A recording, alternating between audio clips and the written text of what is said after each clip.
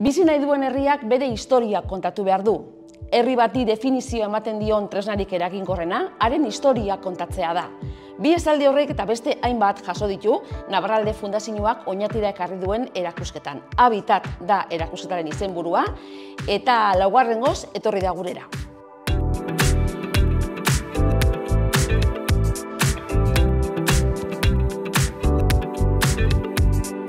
Habitat, eskutatu diguten historia, da Oñatira ekarri duzuen erakusketia. Ez da lehenengo aldixa, hau da, laugarrena.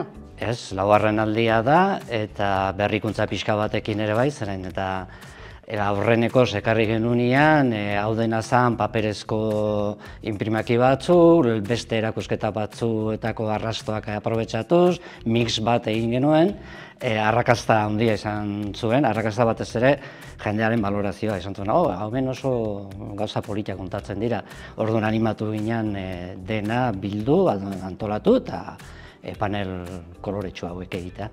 Ulertzen dut, laugarren aldiz etorri Baldimazari, esan gura da, undiokan be, eskutatu ziguten historia hori azaleratzeko beharra dauela. Bai, eskutatuz jarraitzen dute, nola baita esateko.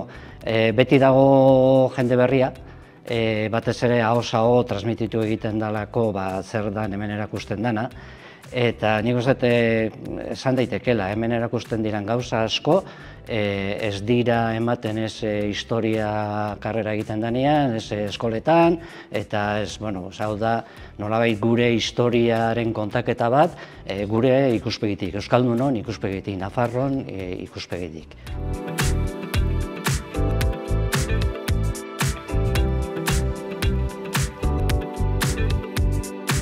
Zer da zehazki, nahi bat panel ikusten ditugu, zer da kontatzen duzuena? Azten geha habitat konzeptu hortatik, eta pixka bat arraroa ere izan daiteke habitat izena historiari buruzko kontakizun batetarako.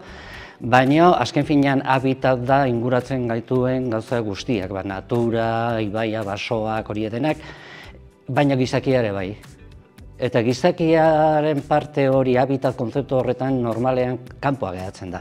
Ez, justu gizakia da, persona gera, habitat hau, ingurune hau, eraldatu egiten dugun elemento nagusiak. Beraz, ezin daiteke habitat konzeptu hortatik gizakia albora utzi. Orduan, hemen kontatuko duguna ez da nongo historia, ez espazioan sortzen den historia, baizik eta gizakien historia, gure kasuan, Euskaldunon historia, Euskaldunon ikuspegitik. Orduan ezin leke ulertu gizakia hor ipini barik. Hori da. Eta hor ipini barik eta aztertu gabe zein izan den gizakiak habitat horri eman dizkion elementuak. Alegia, hizkuntza ematen dio gizakiak, hizkuntzarekin batera kultura. Kultura da munduaren ikuspegi bat, kosmobizio bat, edo esan dezakegu ez da, hizkuntza eta kulturarekin gero atoz legeak. Harremanak izateko bai personen artean, eta baita ere personak eta naturarekiko. Hor sortzen da herri bat. Elementu horiek dituen komunitate batek, giza komunitate batek, sortzen duena edo da herri bat. Hau da, ezaugarri jakin batzuk eta beste herri batzuen gandik desberdina dena. Ez hobea, ez okerragoa, ez txarragoa, baina desberdina dena. Eta panel hauetan hori guztia jaso dozue. Harrituko gaituen bitxikeriaren bat edo, badago horietan? Segurazko bat baino gehiago. Eta bata da, justu hemen daukagun honetan, Nafarroko erresuma, Iruñako erresuma. Sortzen dela, erromatarrak erortzen diranean, erromatarrak joaten diranean, godoak datoz, baina Europako zearen barruan, 500. urtean, Euskaldunok dira antolaketa propioarekin bere lurraldearen jabe direnak. Eta hau, jarraipena izango du 1000. urteraino. Eta gero, beste erresumaren funtzio batekin.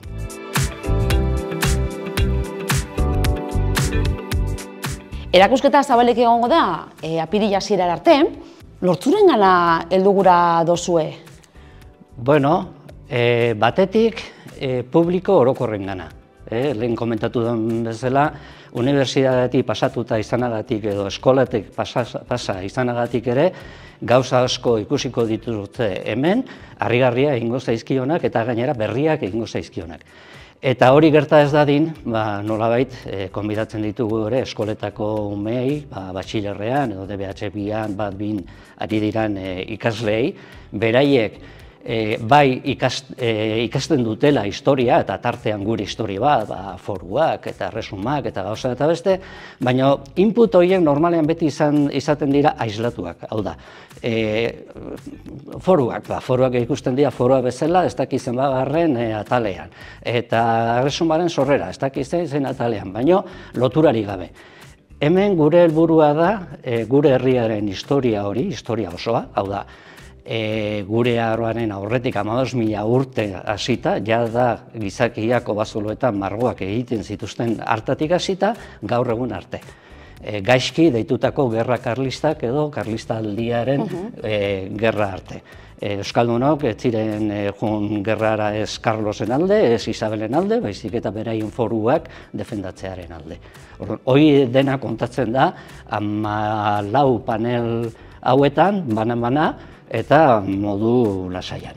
Bisitak idatuak ere egin dituzue.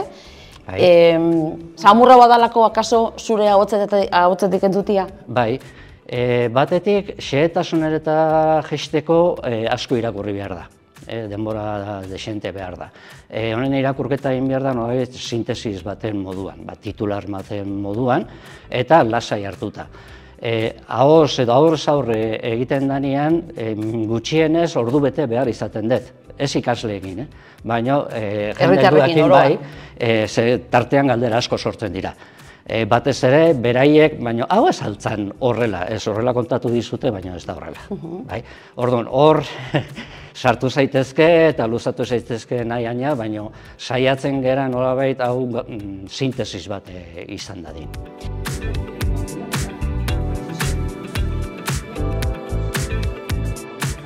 Erakusketia bera bai, baina gero hitzaldi batzuk ere, badauz jardunaldi honen bueltan, punta-puntako islarixak. Horrela dago, ez da zer kontau? Bai, noski, honen osagarria edo hau haien osagarria izan daiteke, ez da, Idoia Arrieta historian doktorea dena etorriko da, edo etorri da, oinatira. Gero beneko bide gainek aztertu ingo du Kepa Nabitarte azken 60 urte honetako aktivista sindikal ezagun bat, haren bizitzaz eta haren egoeraz esplikatuko digu nola zen gure egoera. Gero Inigo Larramendi ere etorriko zaigu, Gebarako gazteluari buruz edo Erdi Aroko historia pixka bat kontatzea, bisita gidatu bat ere egongo da, hemen Gaztelu izeneko menditxo batera, eta beste aktibidade batzuk ere tartean badaude, urtero daude eta aurten berrikuntzakin. Ulertzen dut gainera, aurten batzuk, banaka batzuk, igaz beste batzuk, baina etorriko diala beste batzuk, ez? Jakina etorriko dirala, batez ere komentatzen genuen, ahots-ahotsko transmisio hori oso garrantzitsua da. Hau da, gauza asko daude oinatin eta gauza asko antolatzen dira, ez da, zinezkoa da leku guztietara, eta jendeak egiten duena da aukeratu, ez da? Orduan nola lortuko duzu, aukeratu dezaten, justu guk erakutsi nahi duguna, nolabait gauza txukuna aurkezten duzunean eta interesgarria dan neurrian, jendeak komentatu egiten du. Eta ziur jende berria etorriko dela.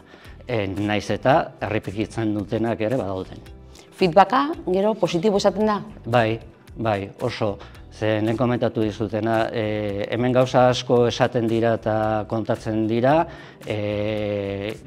batzuetan kontrako bertsioekin ikasi direnak, eta baitere inoiz esan ez direnak. Habitat, eskutatu diguten historia erakusketa apirilaren 4 arte, Oñatiko Kulturetxean, Beini Agirre, eskerrik asko, beste bat arte. Eskerrik asko zuei eta nahi desuen arte.